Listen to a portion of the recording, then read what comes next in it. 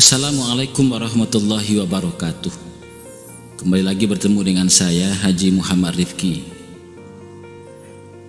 Kali ini kita akan lanjutkan pada playlist kajian alam jadi ilmu atau kaji. Sekarang kita telah sampai kepada edisi yang kedua. Sebelum lanjut, bagi Anda yang belum subscribe, kami silakan untuk dapat subscribe dan juga tekan lonceng notifikasi agar video-video terbaru kami dapat Anda saksikan. Dan ini adalah kajian yang cukup banyak, dan kali ini kita berada di edisi yang kedua. Di edisi sebelumnya kita membahas tentang cermin.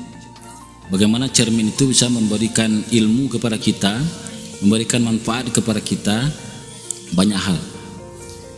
Dan lanjutannya sekarang adalah kita membicarakan tentang potensi manusia yang pernah kita sampaikan pada edisi sebelumnya, yaitu bahwa manusia memiliki potensi akal pikiran dan potensi nafsu.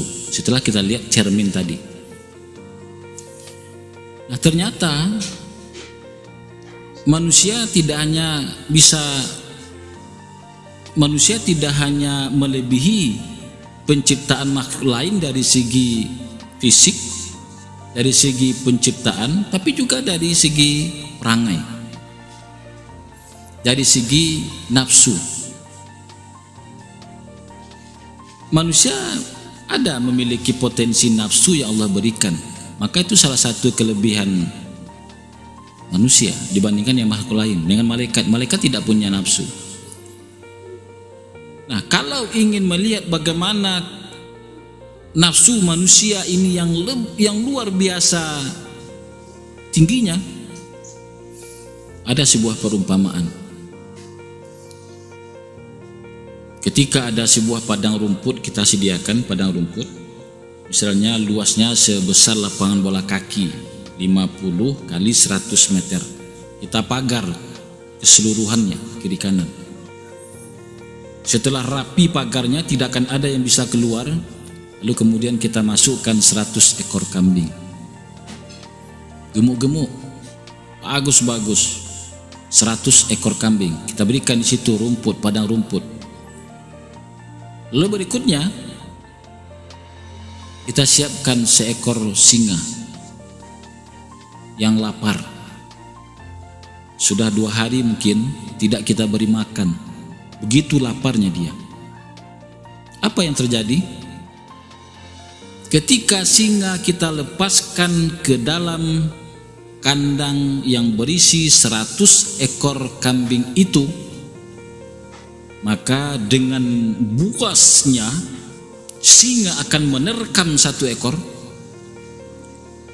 dia makan habis, kemudian dia cari yang kedua, pontang-panting dari kambing itu, maka yang lemah akan dihabisi, dapat yang kedua, dia makan lagi, masih bisa, dia tangkap lagi yang ketiga, walaupun larinya sudah begitu lambat. Kenapa? Karena sudah 2 ekor dia makan, 3 ekor. Sang singa yang begitu buasnya menangkap, menerkam dan memakan 3 ekor kambing. Lalu setelah 3 ekor dia makan, apakah kebuasannya masih lanjut? Tidak. Sang singa berhenti.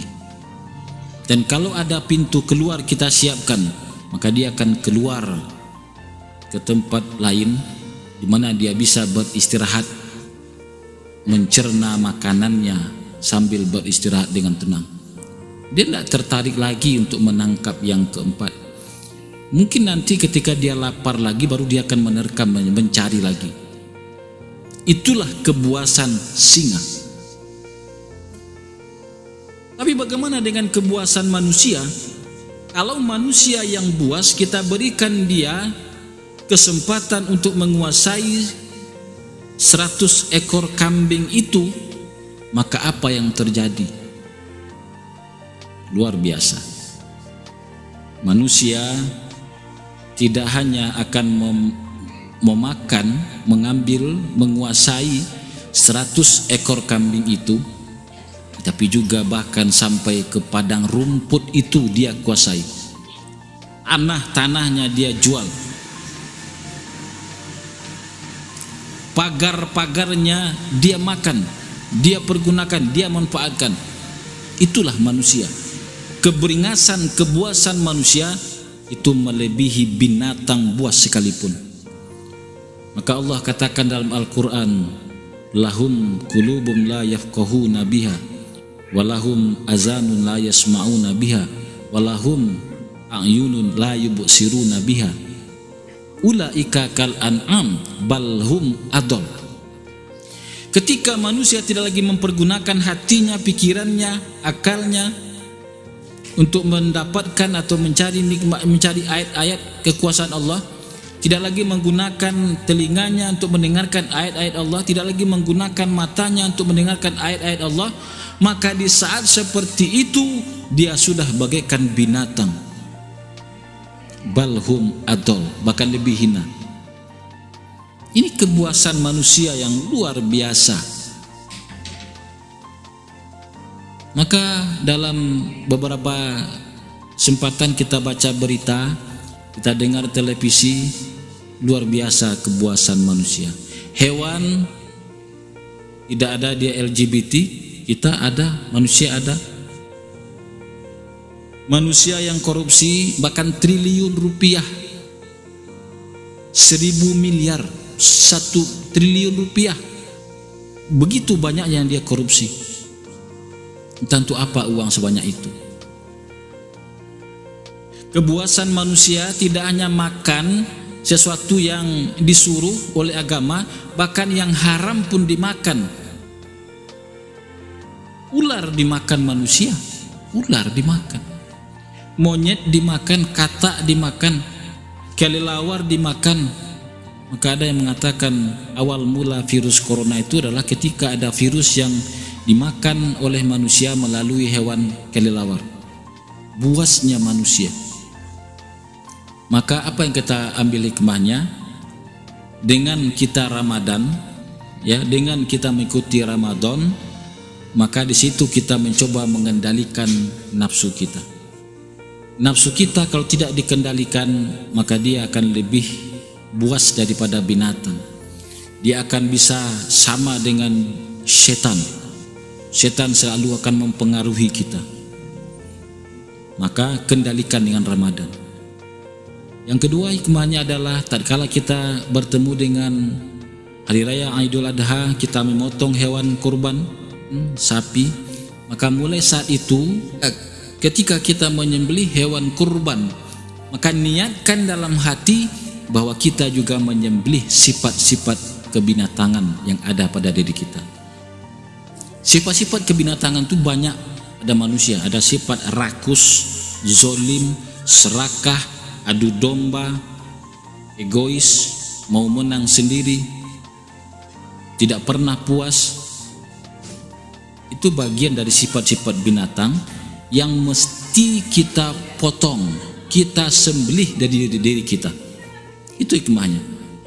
Kesimpulannya adalah bahwa nafsu yang ada pada diri kita mesti kita kendalikan. Jangan kita memperturutkan hawa nafsu. Fa khalafa min ba'dihim khalfun ada'us shalah wattaba'us syahwat fasawfa yalqauna ghayya. Hendaklah kita khawatir bila di belakang hari nanti kita tinggalkan generasi yang lalai dalam sholat dan memperturutkan hawa nafsu. Harus kita kendalikan. Ramadan berusaha kita mampu mengendalikan nafsu. Idul Adha nanti kita juga bagaimana bisa menyembelih sifat-sifat kebinatangan yang ada pada diri kita. Makasih edisi yang kedua ini, dan semoga kita dapat bertemu dalam edisi yang selanjutnya. Dan bagi Anda yang mendapatkan manfaat dari video ini, jangan lupa sekali lagi silakan tekan subscribe, kemudian juga tanda lonceng agar semua video-video kita yang terbaru dapat Anda nikmati. Jangan lupa like dan share. Terima kasih. Assalamualaikum warahmatullahi wabarakatuh.